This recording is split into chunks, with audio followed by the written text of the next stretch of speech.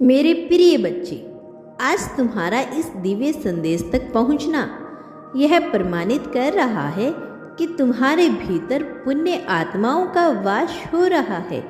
यह प्रमाणित कर रहा है कि अब तुम्हारा समय बदलने वाला है।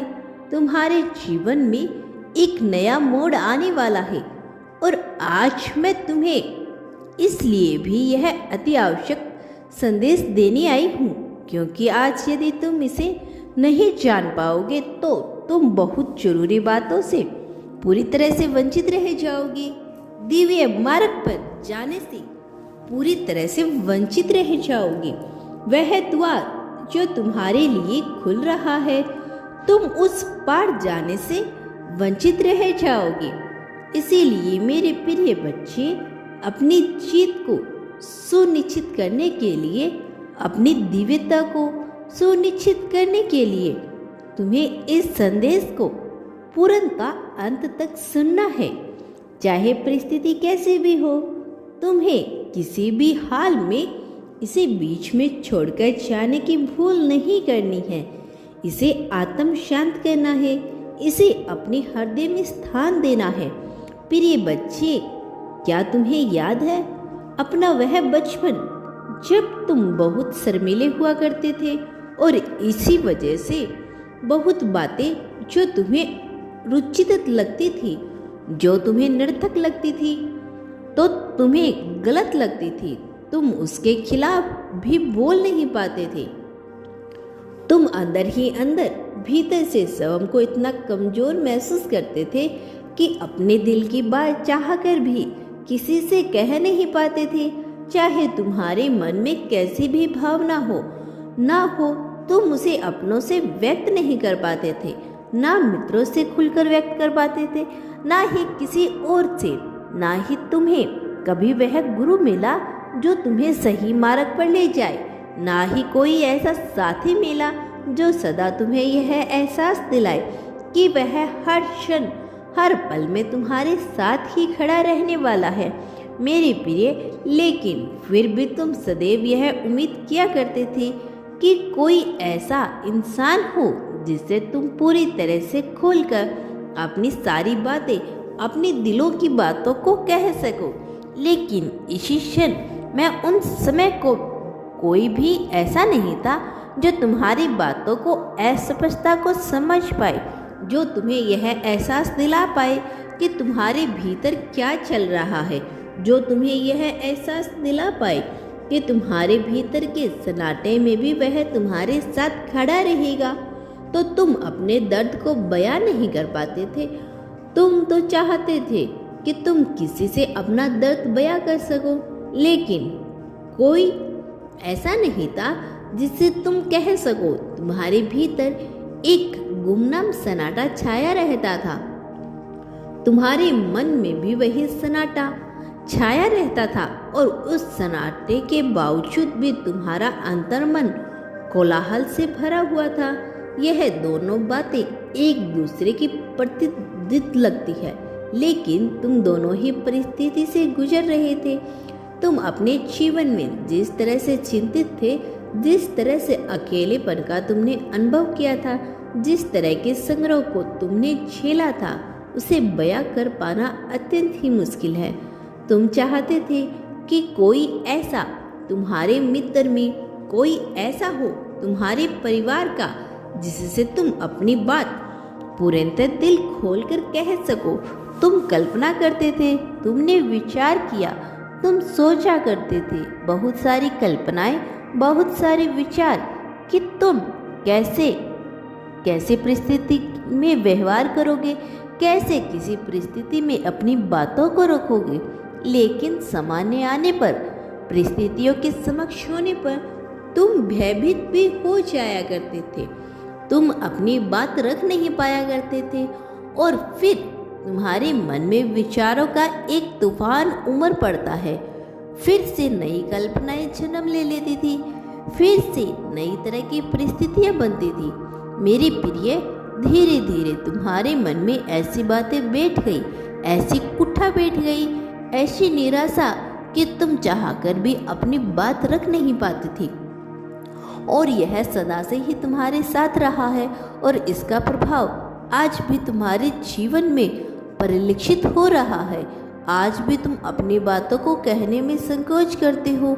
कोई है जो तुमसे पद में, प्रतिष्ठा में या धन में बड़ा होता है, जो तुमसे रंग रूप में तुम्हें श्रेष्ठ लगता है। तुम्हारी मान्यताओं के आधार पर तुम्हें वह अधिक जान पड़ता है। तुम उसके सामने संकोच खाते हो, तुम उसके सामने अपनी बात रख नहीं पाते हो। तुम्हारे मन में एक तरह की निराशा उत्पन्न हो जाती है, जबकि यह वास्तविकता नहीं है, यह तुम्हारे मन का भ्रम मात्र है। फिर भी तुम उसमें उलझ जाती हो, फिर भी तुम अपने जीवन को यूं ही जाया कर देते हो। तुम अपने जीवन के महत्व को समझ नहीं पाते हो। मेरे प्रिय, तुम सदा ही हंसते खेलते रहने वाले लोगों में से हो। तुम लोगों के समक्ष, अपने मित्रता के पास भी तुम हंसते थे, बोलते थे, बातों को किया करते थे। उस क्षण में तुम अपनी सामान्य स्थिति को भी भूल जाया करते थे। जब खुशियों का पल आता था तब तुम उसे पूरी तरह से जाया करते थे। उस समय में तुम भूल जाते थे कि तुम अकेले हो। तुम्हें अकेलेपन का एहसास खाया जा रहा है। लेकिन जैसे ही तुम उन सब परिस्थितियों से बाहर आते थे, जैसे ही तुम पर कोई दुविधा आन पड़ती थी, तुम्हारा हृदय कांप उठता था। तुम्हारे भीतर की निराशा उमड़ पड़ती थी। तुम्हारे भीतर फिर से वही उदासी छा जाती थी। तुम फिर से किसी की याद में रोया करते थे और तुम एक ऐसे इंसान की कल्पना करते थे जिसको ना तुमने कभी देखा था, ना तुम्हें कभी जाना था। लेकिन तुम चाहते थे कि कोई ऐसा हो जो तुम्हारी सभी समस्याओं को एक क्षण में समाप्त कर दे। तुम सदैव सहारे की तलाश में रहा करते थे। और ऐसा नहीं है कि तुम भीतर से बहुत कमजोर हो, ऐसा भी नहीं है कि तुमने अपनी कमजोरी को दूर करने का प्रयत्न नहीं किया। ऐसा नहीं है तुम्हारे भीतर आत्मविश्वास नहीं है। मेरे प्रिय बच्चे, मैं जानता हूँ तुमने अपने आत्मविश्वास को बढ़ाने के लिए बहुत सारे प्रयास किए, बहुत से प्रयत्न किए हैं। स्वयं को बेहतर बनाने के लिए ना जाने कितने ही प्रयत्न तुमने कर डाले हैं, लेकिन इसके बावजूद वो निराशा, वो कुत्था तुम्हारे मन से नहीं गई और इसी वजह से तुम रह रह कर स्वयं को ही उदास कर लिया करते हो। यदि तुम भीतर झांकोगे, अपने मन में तलाश करोगे, तो तुम यह जान पाओगे कि तुम्हारे दुख का भी कारण तुम हो और तुम्हारे सुख का कारण भी तुम हो। लेकिन तुम ऐसा मान बैठे हो कि तुम्हारे दुखों का कारण कोई और है, यहाँ तक कि तुम्हारे सुख का कारण भी कोई और है। तुम अपनी खुशियों भी किसी और के बल पर मान लेते हो और अपने गम को भी किसी और के बल पर मान लेते हो, जो पूर्णतः सर्वदा असत्य है।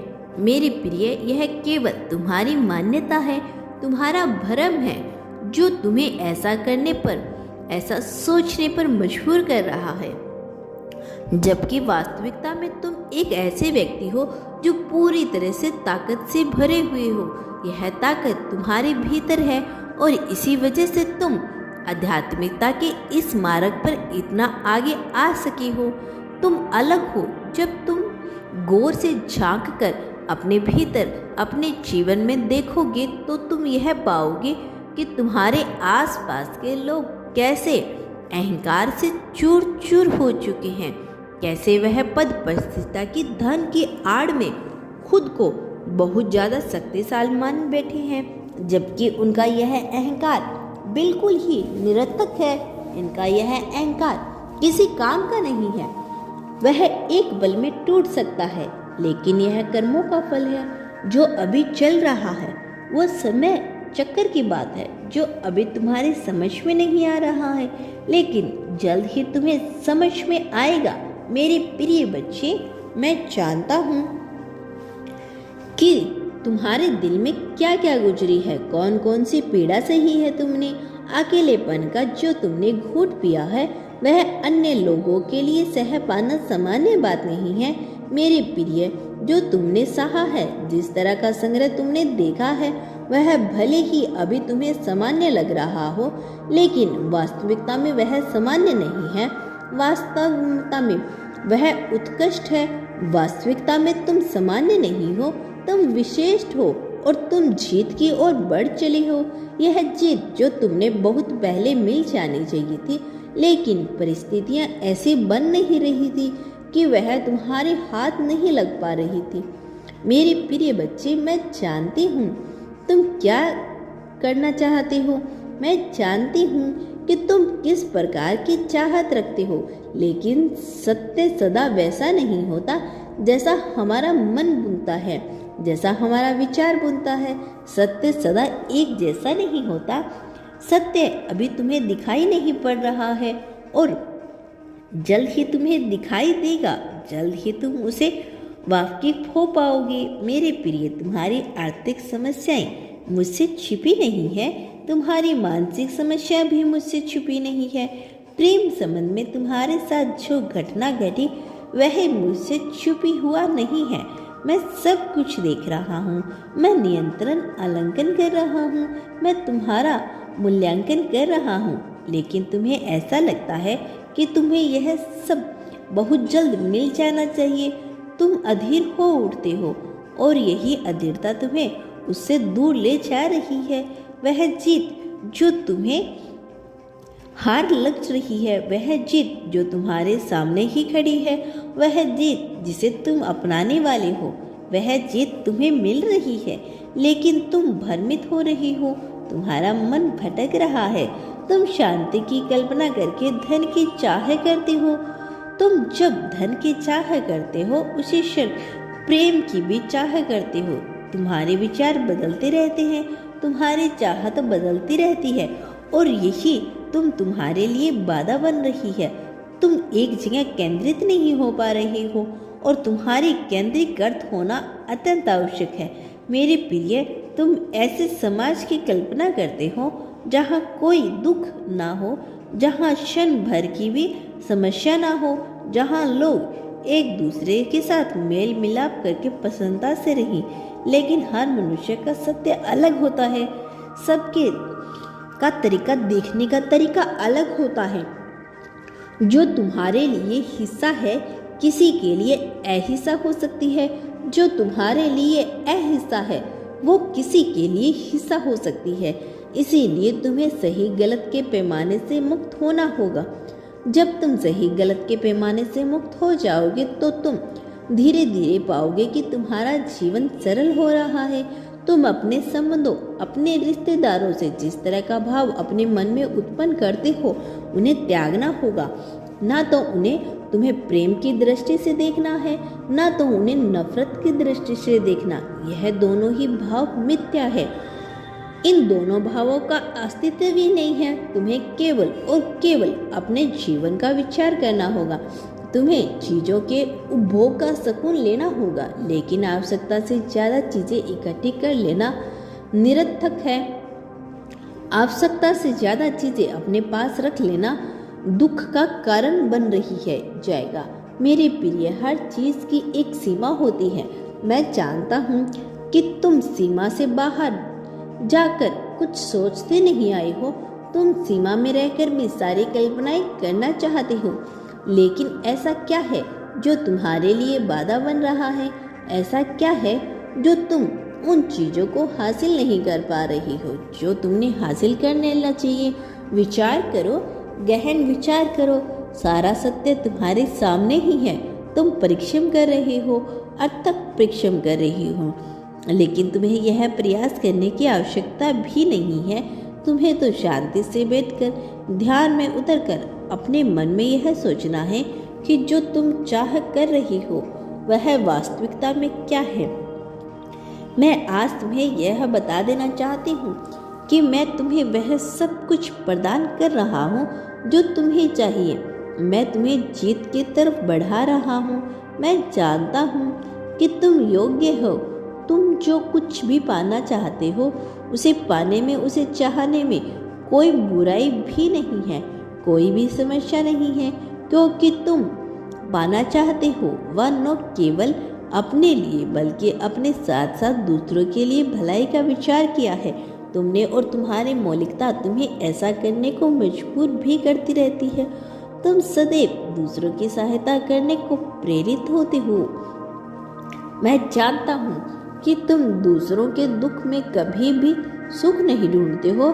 तुम अपना सुख स्वयं से भी चाहते आए हो और दूसरों की भी पीड़ा देना नहीं चाहते हो। लेकिन विचार करो, जो तुम्हारे लिए सुख है, क्या दूसरों के लिए भी सुख वही पैमाने हैं? जब तुमने अपने जीवन के दुख और सुख को समझ जाओगे, जब तुम अपने जीवन के अर्थों को समझ जाओगे, तो कोई अड़चन नहीं कर जाएगी, कोई प्रयत्न नहीं रह जाएगा, ना कोई ऊर्जा बचेगी, ना ही किसी तरह का एहसास होगा। यदि कुछ बचा रह जाएगा तो वह केवल परमात्मा ही होगा, वह केवल प्रसन्नता ही होगी और तुम्हारा जीवन आनंद से भर उठेगा। मेरे प्रिय बच्चे, मैं चाहता हूँ कि तुम अपने जीवन की गहराई में उतरो। तुम अपने जीवन को गौर से देखो। तुम्हारे लिए क्या सही है, क्या गलत है, इसका चुनाव ना करो। समाज द्वारा सही या गलत जो बताया गया है उसका विचार करो। मेरे प्रिय, कोई तुम्हें हरा नहीं सकता। मैं सदैव तुम्हारे साथ हूँ। चाहे कोई कितने भी षड्यंत्र रच ले, कितने ही प्रयत्न कर ले, चाहे कितने ही नकारात्मक सकारात्मक प्रयास ही क्यों ना कर ले, तुम्हारा बुरा नहीं कर सकता। जब अब तुम्हारे जीवन में नए अध्याय का प्रारंभ हो रहा है, इस अध्याय को बेहतर तरीके से लिखो। इस अध्याय को लिखने की कलम तुम्हारे अपने हाथों में होने चाहिए। तुम्हें किसी का गुलाम बनकर नहीं जीना है, किसी के इशारों पर नहीं जीना है।